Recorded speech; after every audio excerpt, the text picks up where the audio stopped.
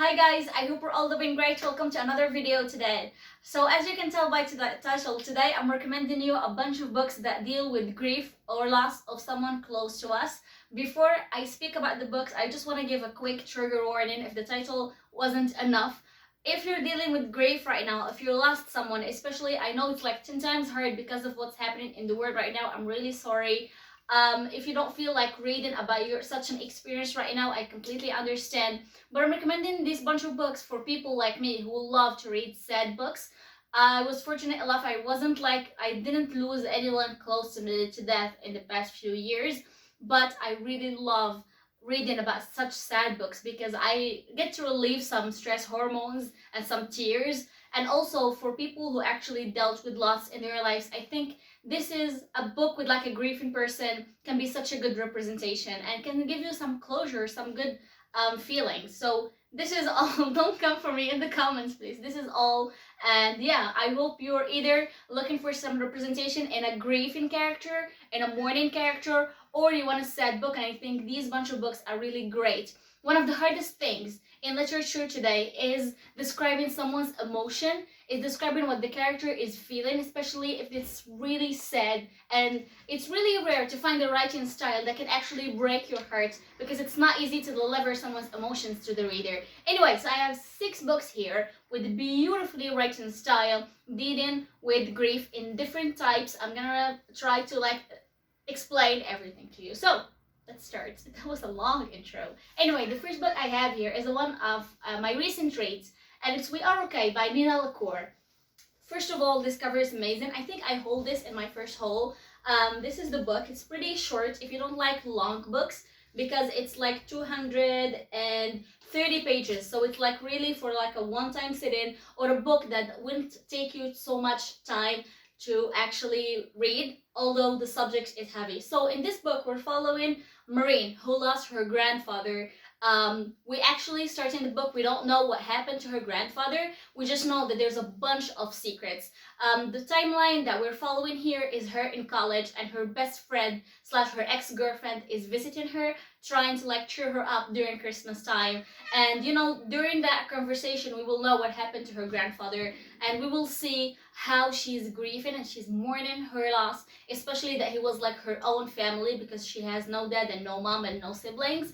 And this book is just beautifully written. I think Nina Lacour did an amazing job. I'm trying to read all her books. I'm currently reading Hold Still, her first novel. I'm definitely gonna read her last book. She's just an amazing author. Through her writing style, you can literally live inside the character's head, feel their heartbreak and feel their loss. And I think this isn't an easy job to do for an author, for a book, to like reach inside you and break your heart and make you really mourn with the character and feel what they are feeling. As I said, this is really short. As you can tell by the annotations, I really enjoyed it. I think I gave it like 4 stars or something. But if you're looking for an emotional, absolutely heartbreaking book, but with an amazing writing style, I would highly recommend this. The second book I'm gonna recommend today is I'll Give You the Sun by Jandy Nelson. I think this is like one of booktubers' favorite books a while ago. I don't see that many people speak about it now. To be honest with you, this is a book unlike any other. If you've been following me for a while, yes, last year in 2019, I shared with you my favorite books of the year, and this was number 4, I guess, because it really deserved that spot. I think it was number 5. It was number 5. Okay, so I'll Give You the Sun. Here we're following twin sets. So we're following Jude and Noah, I believe. Noah, yes. So Jude and Noah, she's a girl, he's a boy. And we're following their life, I think, through different timelines. She's like 16, like from 14, 13 to like 16.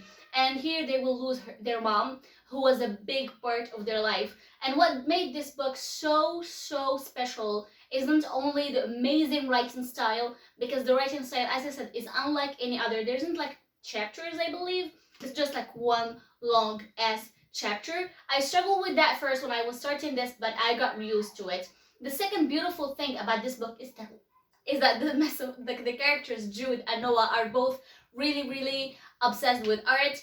They both paint. I think Jude will go for like sculptures and stuff. They both want to go to art school, which is beautiful. As I said, if you don't know me, I love art so much. I love paintings and artists and how people can express their feelings through their art. So here you don't have enough description with words, but you also have description with art. And this book has one of my favorite quotes of all time, which is, "What's bad for the heart is good for the art." And I live by that motto until now. And as I said, beautifully written book, siblings, loss, art. That's how I sum this book up. Okay, next is a book I really recommend, I think, in every video, and it's The Astonishing Color of After by Emily X. Harben. So starting this book, we're following our main character, Lay, and she will lose her mother to suicide because her mom was depressed. So, you know, you have that depression representation and how it can lead to suicide. And we're following also this character who lost her mom. And because she want to connect to like the memories of her mom, she will go visit her grandparents from her mother's side. They live in Taiwan, I believe. Let me just make sure that I'm not, yeah, they live in Taiwan. And they don't speak English, and she doesn't speak Taiwanese, and she has to go there, spend like a really long time with them, like 2 weeks or something. And also, Lei believes that her mom turned to the like big red bird. And again, this is an amazing writing style.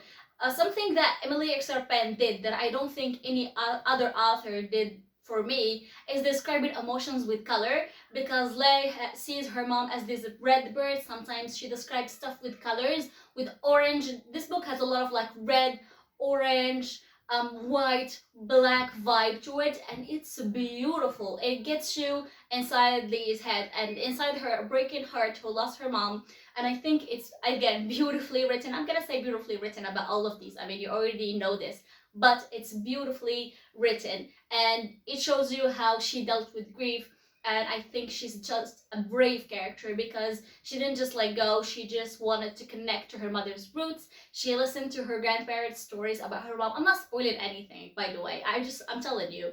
I try to choose books when like the loss of the character is like the center of it. It's not like a plot twist or something, so I don't want to ruin the book for you. But this is, I always stand by this book. I always recommend this if someone wants Taiwanese representation or depression representation or just loss. I think it combines three things perfectly, and it gave each one of them enough space to discuss, and I think this is really beautiful. All right, one of my recent reads and one of the 2020 releases. Honestly, I didn't see anyone speak about this book, and if they did, I'm sorry I didn't see. But it's The Lucky Ones by Liz Lawson. This is a 2020 release, and I honestly love YA. If you don't know, I really love contemporary YA. It's one of my favorite things to read ever, and I just love sad books. I love hearing about others' experiences. Just gives me more empathy towards them. So here we're following May and Zach. I think so. Yes, May and Zach. So May lost her brother in a school shooting, and Zach's mom is the lawyer defending the shooter, and then this like romantic tension between them. But like 80% of the book is just focusing about May's loss because it was her twin brother, and she was there when he was shot, and it's just a shocking, heartbreaking moment for her that changed her life forever. And we get to see how she's dealing with her grief, with her emotions, with her mourning a loss of her twin brother. I mean, it's not easy, I know, but it was such a beautifully written book. Again, I think I gave this one 4 stars when I read it. I was the first time I read a book about a school shooting, and I really had my eyes open about such a subject. Here in Africa, or I think in Morocco, speaking about my country, I don't think there is a lot of school shootings. I don't think there is. I mean, we have our problems, trust me, but I don't think school shootings as bad as they are in the US. And I think it's a really bold subject to speak about, and it's something that we should all be educated on. And this book does it perfectly because you get to see the lawyer's perspective, and you get to see the shooter's perspective, and you get to see the victim's perspective, and how that shooter took something from them they will never get back. And it's sad, of course, as all the other books, but it's beautiful. So if you didn't check this book out, I highly recommend it. All right, to one of my favorite books of all time right now, We Are the Ants, Shaun David Hutchinson. Okay, why my favorite books have some sad elements in them, I would never know. Maybe I'm just looking for sad stuff. We Are the Ants. This is again one of these books that I don't see a lot of people speak about, and I have no idea why, because this is a masterpiece. I know I didn't read anything else by Shaun David Hutchinson because I'm just afraid to correct like this big idol image I have of him in my head. So We Are the Ants. When I read the synopsis the first time, I was like, okay, I'll see. Maybe I won't even like this book because I don't really connect to sci-fi that much. I like sci-fi, but I don't really love sci-fi.